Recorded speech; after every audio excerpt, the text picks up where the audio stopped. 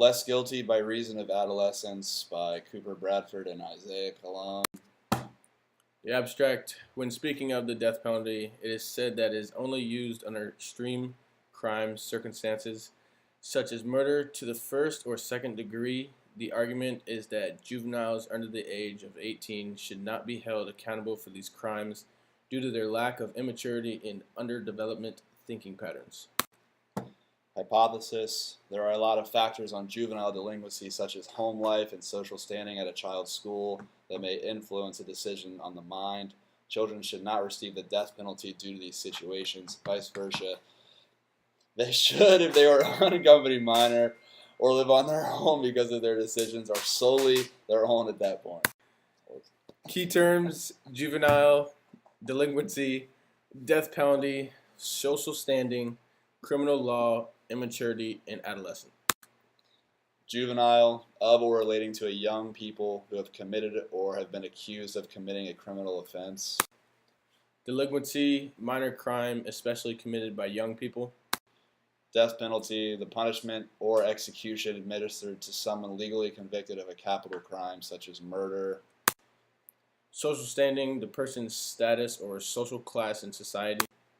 Criminal law, a system of law concerned with the punishment of those who commit a crime. Immaturity, the state of not being fully grown. Adolescent, a young person in the process developing from a child to an adult. Legal states that have the death penalty for childs under 16 and above are New York and North Carolina.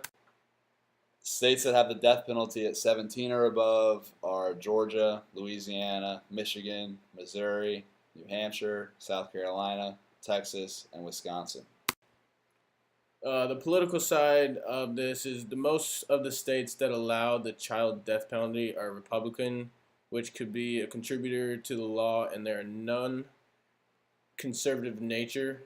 The other states are sticking to the state law that were established before the founding fathers created new laws. This is just a juvenile is executed graph. The first one was 9/11 of '85 in Texas of a white male. He was at the age of 17 when he was convicted. He was executed at 26, ranging all the way to 4/3/03 in Oklahoma. White male, 17, convicted at 17 and executed at 32. Most of these were split between white and black, one Latino within this time frame. State authorization, this is just a chart that shows all the legal states. All the gray states are states that do not specify a minimum age, meaning any age from 0 to 18 can be executed, while the light orange is 15 to 18, the pink is 17, and the red is 14 and above. The results of the hypothesis are that 7 states allow the death penalty, need to raise the minimum age because as the law stands for these states, there are no minimum age for the child death penalty for capital crimes. Changing these fortified states' law is tricky operation due to the states having a final say in their laws. The decision to do with the raise of the age is on the people of the state. The improvement, there are multiple ways of improvement to the law of the child death penalty, mainly solely on the parents because home life is a big contributor in how a child acts.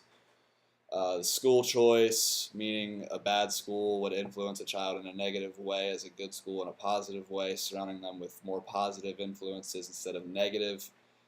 Mental health screenings. If a child under the age of 18 has mental health problems and commits a capital crime, it's easy to say in court that the mental health was the reason for the child committing the crime, and just overall positive reinforcement on the child to give him the maturity that he needs.